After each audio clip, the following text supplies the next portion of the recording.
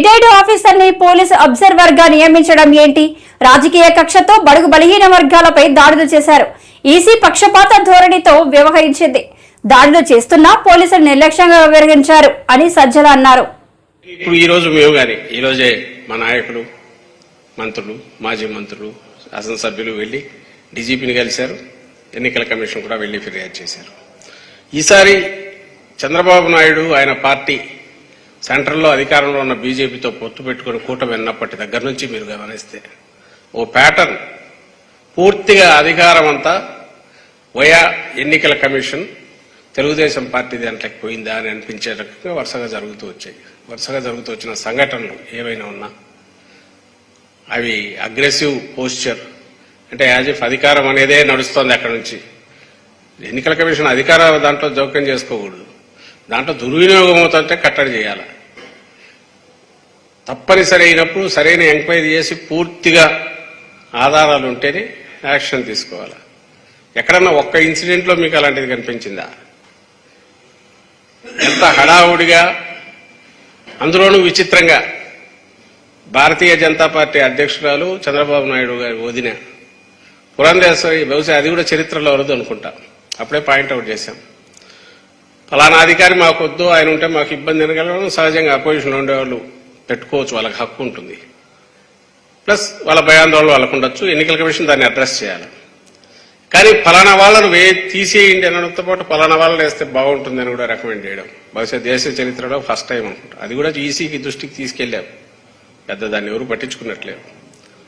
సాక్షాత్తు సెంట్రల్లో అధికారంలో ఉన్న పార్టీ, కూటమి భాగస్వామిగా ఉన్న పార్టీ స్టేట్ అధ్యక్షురాలు, పైగా తెలుగుదేశం పార్టీ ఇక్కడ ప్రధాన భాగస్వామి తెలుగుదేశం పార్టీ అధ్యక్షుడు వదిన అక్కడే సగం ఎక్కడికి పోతుంది ఏదని డౌట్ వచ్చింది అందరికీ. ఆ తర్వాత మీరు గమనిస్తే బదిలీలు, ట్రాన్స్ఫర్లకు ఎక్కడన్నా ఓ రేషనల్ కానీ టీడీపీ వాళ్ళు కంప్లైంట్ ఇవ్వడం, ఈ పక్క నుంచి ట్రాన్స్ఫర్ చేసేయడం. 29 మంది అధికారులు, కీ అఫీషియల్స్, ఎన్నికల నిర్వహించాల్సిన దాంట్లో అత్యంత ఇంపార్టెంట్ దీంట్లో ఉన్న 29 మంది అధికారులను ట్రాన్స్ఫర్ చేస్తే అందులో 25 మంది పోలీస్ అధికారులే ఉన్నారు. ఏవైతే అక్కడ ఉన్న ఆ ప్రాంతం మీద అవగాహన గ్రూపులు కానీ లేదా సమస్యాత్మక జిల్లాల్లో ఉన్న అధికారులు ఉండడం ఎంత అవసరమో అక్కడే కరెక్ట్ ట్రాన్స్ఫర్లు ఎఫెక్ట్ చేశారు. పోనీ చేసేటప్పటికి వాళ్ళ మీద విత్ ప్రూఫ్ ఏదన్నా కంప్లైంట్లు ఉన్నాయో లేదు, జస్ట్ టీడీపీ వరుసగా 2-3 కంప్లైంట్లు పడేస్తుంది, వాళ్ళని ట్రాన్స్ఫర్ చేశారు. ఆఖరకు నంద్యాల ఎస్పీ నాకు రేపు పోలింగ్ అనగా అప్పుడేదో యాక్షన్ తీసుకోకపోతే వాళ్ళే మళ్ళీ ఎవరు అన్నట్టున్నారు. అప్పుడు అతన్ని అక్కడి నుంచి తప్పించాలంటే పోలింగ్ ప్రాసెస్ మొదలైనాక దాని ఇంపాక్ట్ పడుతుందని అంటే దానికి ఆయనకు ఛార్జ్ మేమో ఏదో ఇచ్చి నడుపుతున్నట్టున్నారు.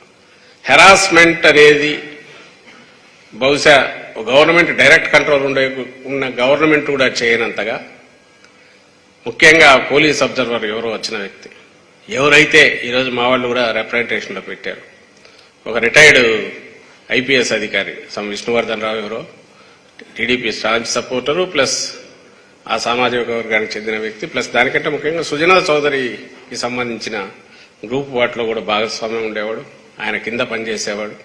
సుజనా చౌదరి అంటే ఎవరు అందరికీ తెలుసు, టీడీపీ ప్లస్ బీజేపీ రెండింటికి నాయకుడు ఆయన. ఇప్పుడు వెస్ట్లో పోటీ చేస్తున్నాడు. పోలీస్ అబ్జర్వర్ వచ్చిన రోజే ఆయనతో డిన్నరు, ఈయన అరేంజ్ చేసిన డిన్నర్ ఆయన వస్తాడు, అది అందరికీ తెలిసింది. ఈ విషయం కంప్లైంట్ కూడా ఇచ్చారు. పోలీస్ అబ్జర్వర్ దృష్టి కూడా ఇది పలానా ఆయన అని మా లీడర్లు వెళ్ళి కంప్లైంట్ ఇచ్చారు. ఆ తర్వాత మొత్తగా జరిగినవన్నీ టీడీపీ ఆఫీసులో తయారైన అప్పుడు నిమ్మగడ్డ రమేష్ను పెట్టుకున్నట్టయితే స్టేట్ ఎలక్షన్ కమిషనర్గా టీడీపీ ఆఫీస్ నుంచి అట్లా తయారయ్యాయో, ఈసారి ఎలక్షన్ కమిషన్కు సంబంధించిన డైరెక్షన్స్ అన్ని కూడా పోలీస్ అబ్జర్వర్, ముఖ్యంగా పోలీస్ డిపార్ట్మెంట్కి సంబంధించి టీడీపీ ఆఫీసు వయా ఆ పోలీస్ అబ్జర్వర్ అక్కడి నుంచి డిపార్ట్మెంట్కు రావడం, కొన్ని డైరెక్టే థ్రెటన్ చేయడము, కావాల్సిన ఆధారాలు ఉన్నాయి. అయితే వీటి మీద మేము ఆ రోజే డిస్క్రీట్ గా చెప్తూ వచ్చాం తప్ప, ఎందుకంటే ఎన్నికల commission is suppose to act impartially, plus దాని పర్పసే దానికోసం, ఎవరో ఒకరు అడ్వాంటేజ్ తీసుకోకుండా. ఇది ప్యాథటిక్ సిచ్యువేషన్ ఏంటంటే జనరల్గా రూలింగ్ పార్టీ అడ్వాంటేజ్ తీసుకుంటుంది అనుకుంటారు. ఇక్కడ మా పరిస్థితి అపోజిషన్ అంటే ఇదిగా ఉంది. టీడీపీ చెప్పింది వేదంలాగా జరిగింది.